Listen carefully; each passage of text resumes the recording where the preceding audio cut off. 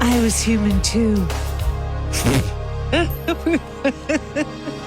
We were so dramatic in the 80s. Oh, Lord. It's 102.1 and 105.3 The Shark. Hi, good morning. I'm Sarah Sullivan. 3 things that you need to know to start your day. The weather forecast for today, it's not going to be a bad weekend, so quit your complaining.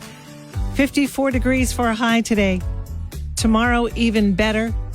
And Sunday, even better. But it may hit 60. So we're not talking 70, but hey, I'll take it. Dan Alexander is in the Shark News Tank. What's going on with Coach Vrabel, Dan? Sarah, just before the NFL draft started Thursday night, Patriots coach Mike Vrabel said he is taking accountability for the actions that have created a distraction for the team and will put counseling to rebuild his relationship with his family first. The coach said that he will seek counseling and leave the draft, which continues today and Saturday. Vrabel did not address new photos published recently by the New York Post of him with longtime NFL reporter Diana Ruzzini at an Arizona resort in 2024. The Patriots, in a statement, said they support Vrabel and share his confidence in his staff to complete the draft. The Patriots picked Utah offensive tackle Caleb Lomu in the first round last night. In the Shark News Tank, I'm Dan Alexander. All right, thank you, Dan. Later on today at about 8:30, it is the spring into summer ticket window. It is open for you. I've got a ton of tickets, a ton, I tell you. One Night of Queen, that's happening. Oh, no, that already happened. Sorry. I don't have those anymore. Bret Michaels, David Lee Roth at the Hampton Beach Casino Ballroom. Journey at the Snoo Arena. Sammy Hagar, Little River Band. Santana, Doobie Brothers, Styx, Chicago. Coral Reefer Band at Bank NH, etc., etc. Be listening right around 8:30 to win. It's 102.1 and 105.3 The Shark. 102.1 and 105.3 The Shark. Good morning. I'm Sarah Sullivan. She said, I don't like spiders and snakes, and that ain't what it takes to love me. Well, if you don't like snakes either, you might want to stay away from these infested lakes, snake-infested lakes here in New Hampshire. Now, we don't have really a lot compared to the southern states because it's warm and reptiles like warmth. You know, states like Texas, Arizona, Florida, they've got a bunch, right? But New Hampshire does have a few, 11 actually, species of snakes. The timber rattlesnake is the only one that's poisonous. And there are a few lakes in the lakes region that have the most snakes. Squam Lake is one of them. Lake Winnipesaukee, of course, because it's humongous. Ossipee Lake.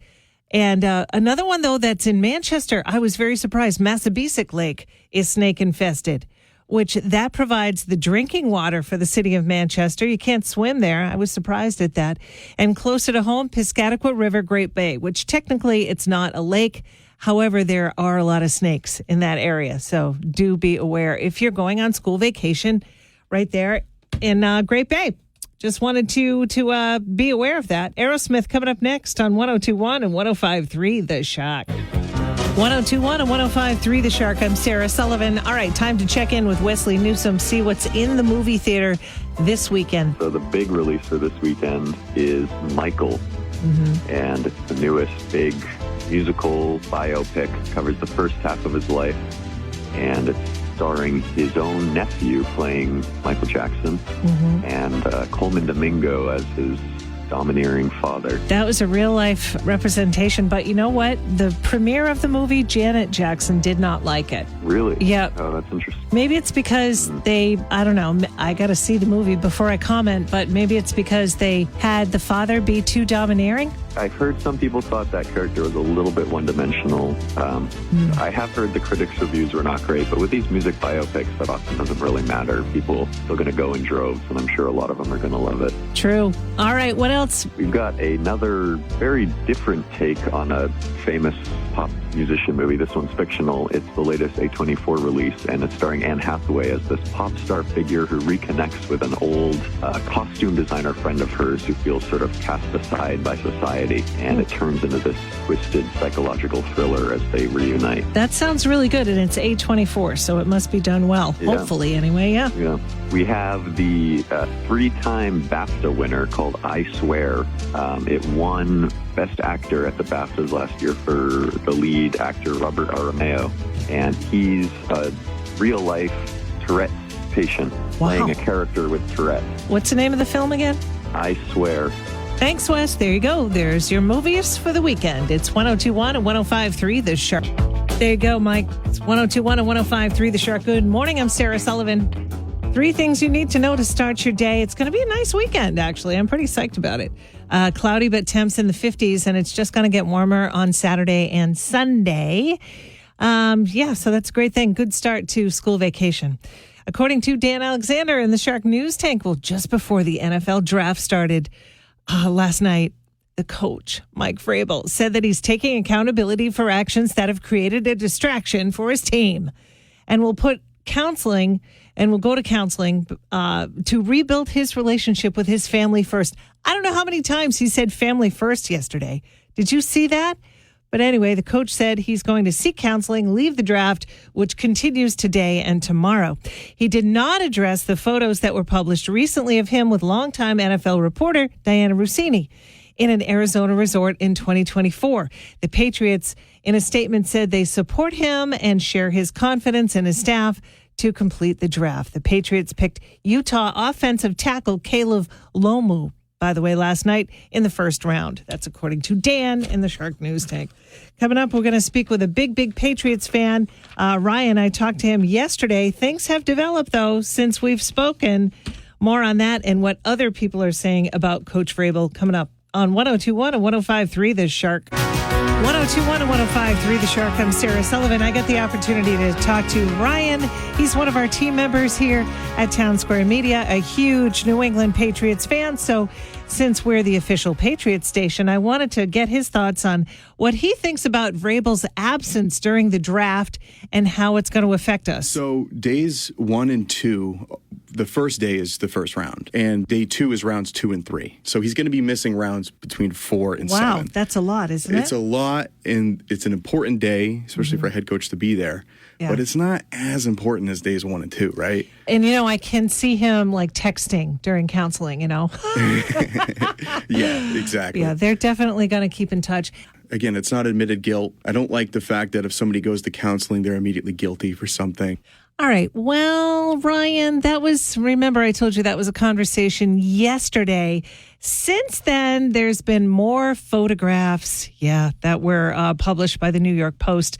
This is from Brandon Perna. He's got a podcast called That's Good Sports. More photos of Vrabel and Rossini were leaked, suggesting their affair has been going on since at least 2020. And unlike the Sedona photos with the interlocking fingers, the interlocking lips are a little harder to explain away. Now, I hope counseling helps Mike Vrabel and his family. Family is more important than your job, no matter what your job is. Unless your job is doing something really, really, really important, like saving lives or drafting in rounds 1 through 3. They say you can't place value on your marriage. Well, I disagree. I value my marriage, NFL draft rounds 4 through 7. It's going to be all over the place. It really is. But we got to think of the families. I can't look at Coach Vrabel the same again. My husband and I were talking about it. I mean, he just seemed to be the most inspirational guy. That is, if we're never going to know. I agree. It is his business, but so sad all the way around. John Cannon, the host of New Hampshire Granite State Challenge, he comes in the Shark Tank every week. We'll hear from him in about 15 minutes from now on 102.1 and 105.3 The Shark. 102.1 and 105.3 The Shark. We have John Cannon, as we do every week, host of New Hampshire Granite State Challenge. All right. It is a 3 strikes and you're out type of questionnaire today, like it has been the past couple weeks. So if I get 3 questions wrong, I'm out. All right, John, let's go. The Gothic short story Fall of the House of Usher, which appeared in the Tales of the Grotesque and Arabesque in 1840, was written by this author. Judy Collins. It is Edgar Allan Poe. Okay, got that one wrong. 1 strike. All right. That's all right. You got this one. I believe in you. The name of this NFL team was inspired by one of Edgar Allan Poe's poems. The New York Jets. No, it's because he lived in Baltimore, so it's the Baltimore Ravens. Oh, yes. All right. 2 strikes, Sarah. Come on, you can do this. I know. Remember, there's a little connection between each question. So the last one was the Baltimore Ravens. Then we got Ravenclaw House. founded by Ravenclaw. Rowena Ravenclaw, first appeared in this novel by J.K. Rowling. Oh, geez. My son was never addicted to these, and I would never know the answer to that. I'm going to say Captain Underpants. Oh, come on. I think you're throwing the game here, Sarah. I might be. That's my third rigged. strike.